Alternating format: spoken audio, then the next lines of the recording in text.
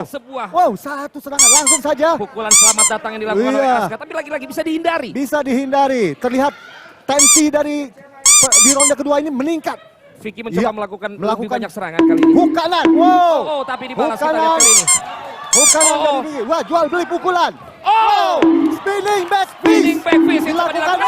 terjatuh. Vicky Gladiator berhasil terjatuh. Oke, Aska tetap sabar di sana, dia terus menekan.